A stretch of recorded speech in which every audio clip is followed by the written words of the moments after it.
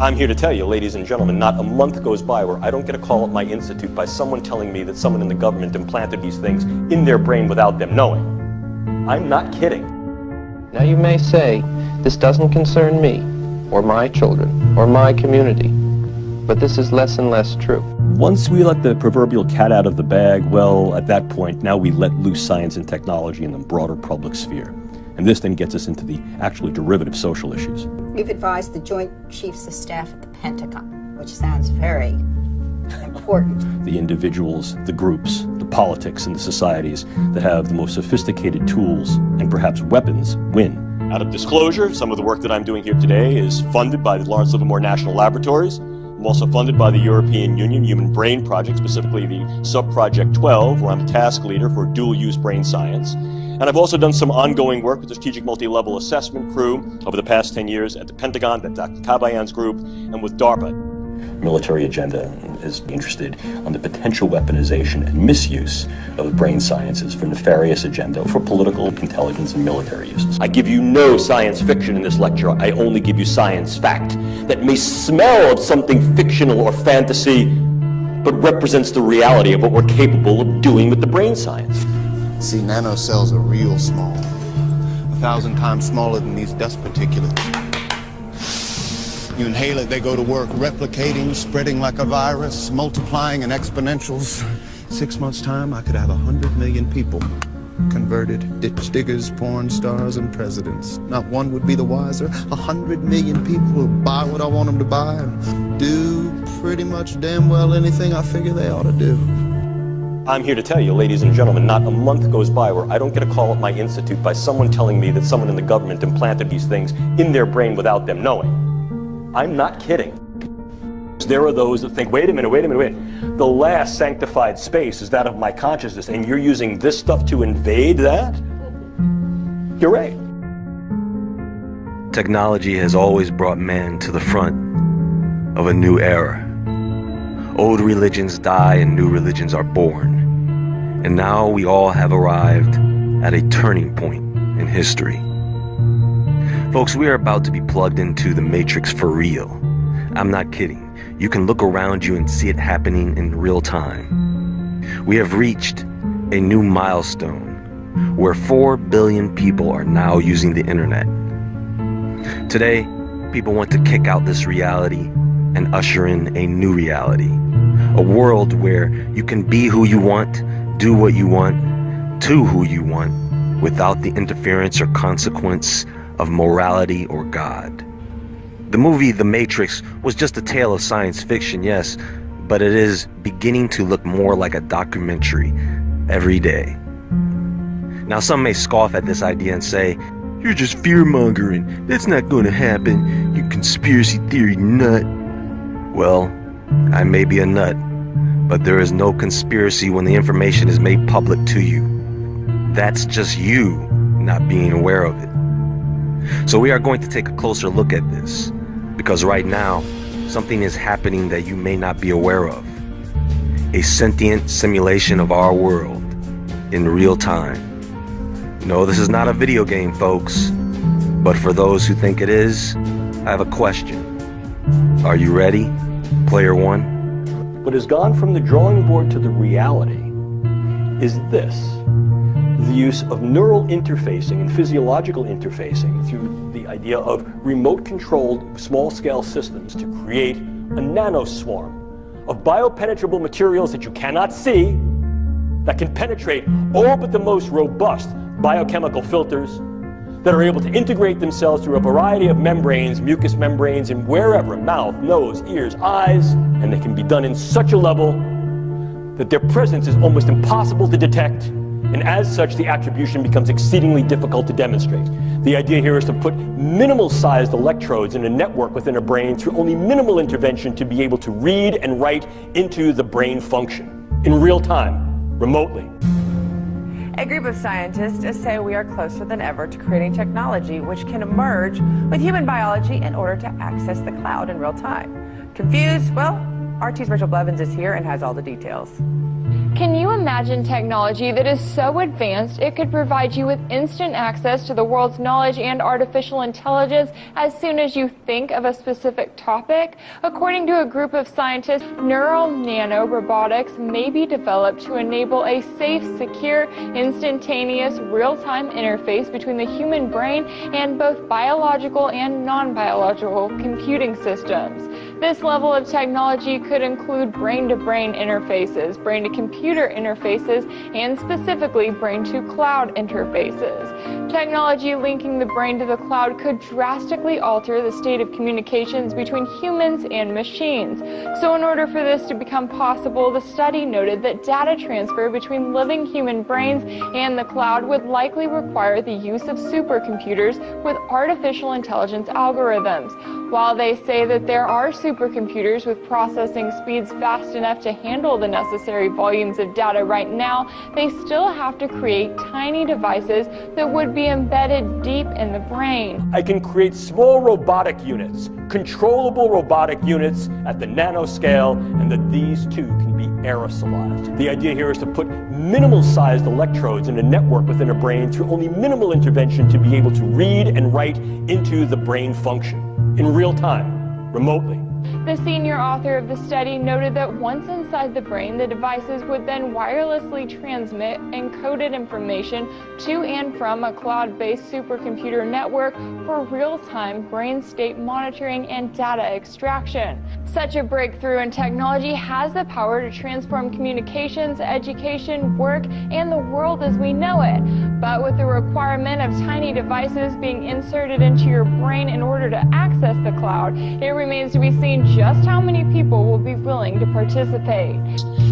This is a very touchy area, but the disruptive effect can be huge. It can target key individuals and influence in ways that are kinetic and non-kinetic the attitudes, beliefs, thoughts, emotions, activities, and relative vulnerabilities and predispositions of those individuals for whom may threaten us. It used to be that I need to be exceedingly close to someone to now influence them with a weapon, and now what we see is we create both distal potential as well as much more capable potential to affect them in a variety of different ways. A sentient being is simply a being that has feelings. So when you take that word and place it in front of the words world simulation, that should raise an eyebrow. Now, creating a world simulation is not a new concept. Even a sentient one has been attempted over and over. For the public, these often came in the form of video games. The problem with these models is that they have to be constantly changed and upgraded. Every time there is a major event, new trend, or change in the real world. The sentient world simulation does this automatically. So what this is a synthetic mirror of the world we live in. Not a piece of it, but the entire world.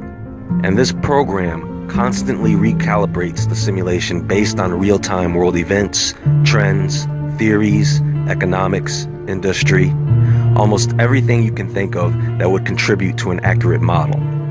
Not to mention the individual pieces of data on every single person represented in the simulation.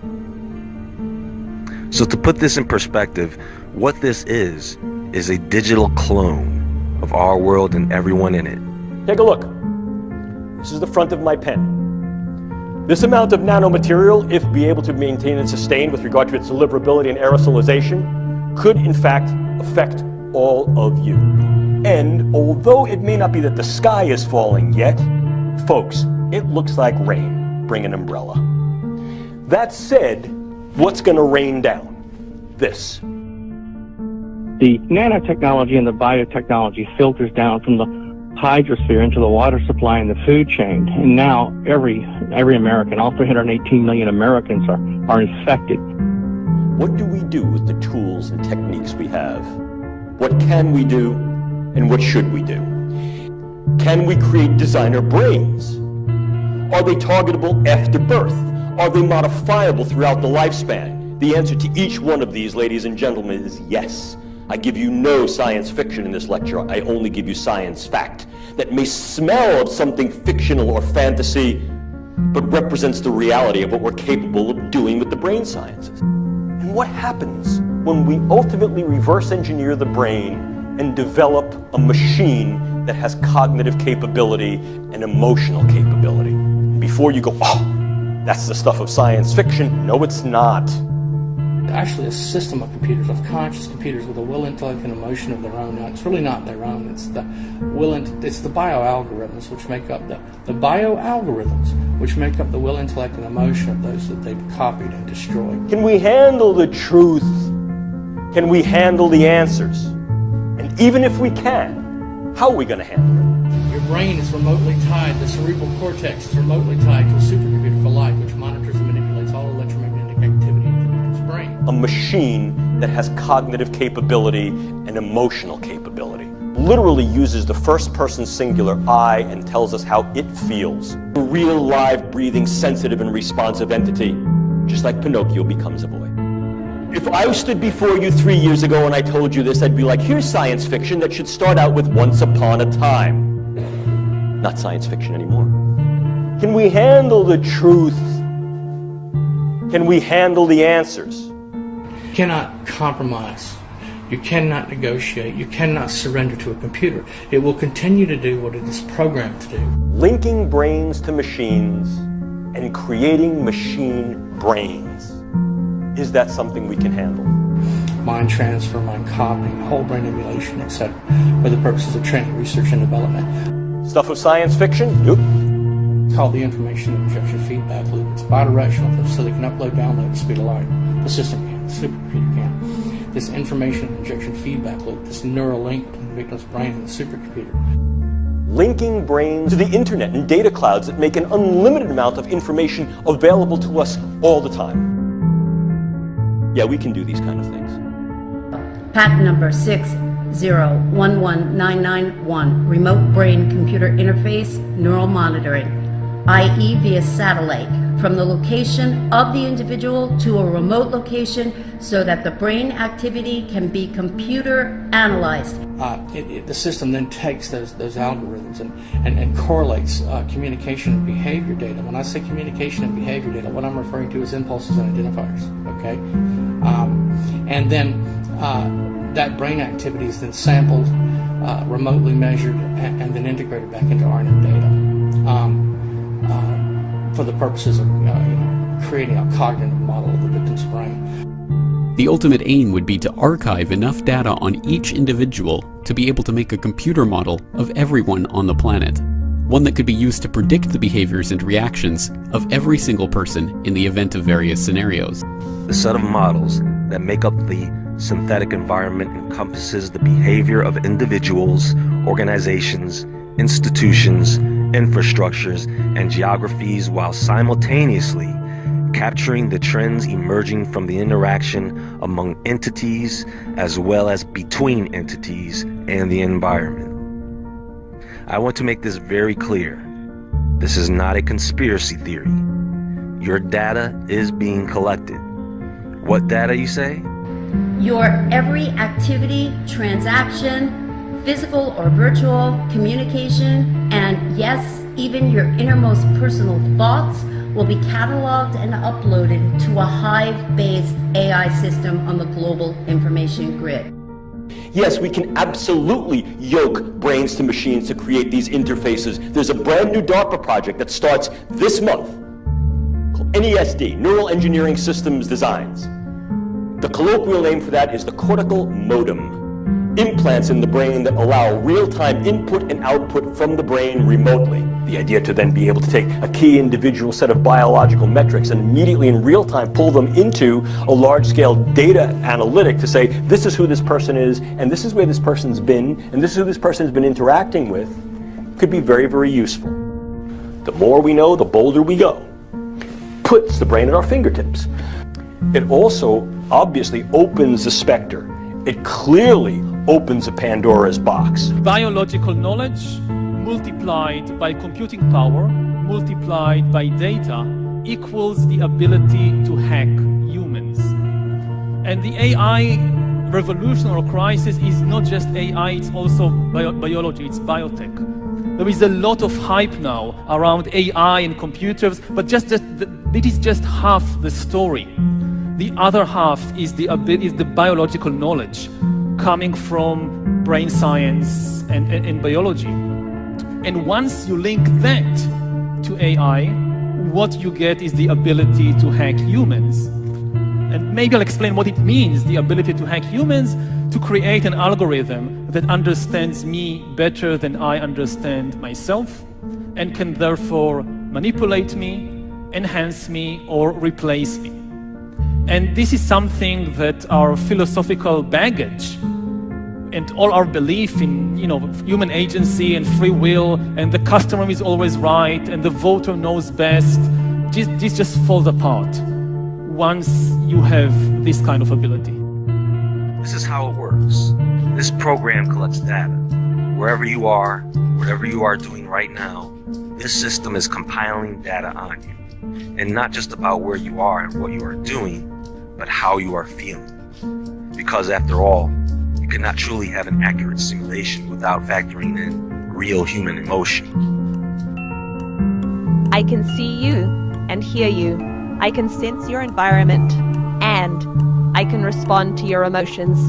I guess you could say I'm putting a human face on artificial intelligence. Right now, there is a miniature digital version of you, living, meaning in a sentient nature, in a synthetic digital environment. People, this is the Sims game from hell. Do you know that with this program I can throw you into a scenario where there is a catastrophe just to see how you react to it, essentially gaining the ability to predict your next move? Your brain reality is your reality. And if in fact I can import information into that brain and take outputs from that brain and link that to an avatar so that brain thinks that it's embodied and moving in the world and experiencing the world, can we do this? I have two words for you. Stephen Hawking. Yeah, we can do these kind of things. You can load anything from clothing to equipment, weapons, training simulations, anything we need. Right now, we're inside a computer program. Is it really so hard to believe? Your clothes are different, the plugs in your arms and head are gone. Your hair has changed. Your appearance now is what we call residual self-image. It is the mental projection of your digital self.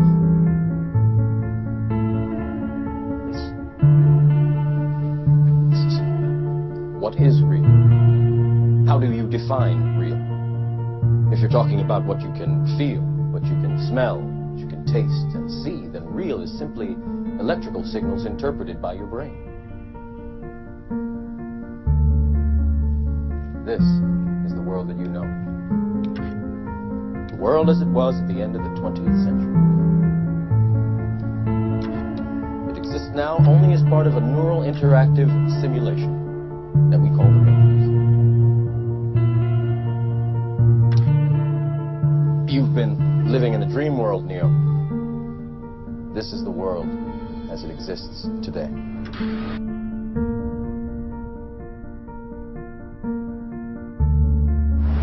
Nico, my cousin! I can't believe it, you're here! Welcome to America!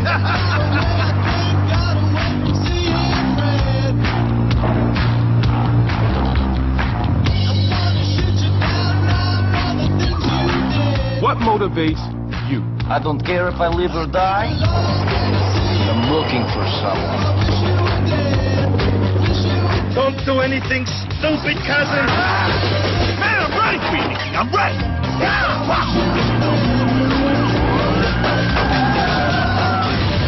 I don't want to die, man. Not like this. How would you like to die?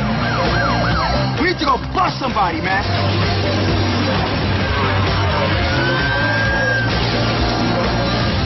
I'm the one who survived. Grand Theft Auto 4, out now. Rated M for mature.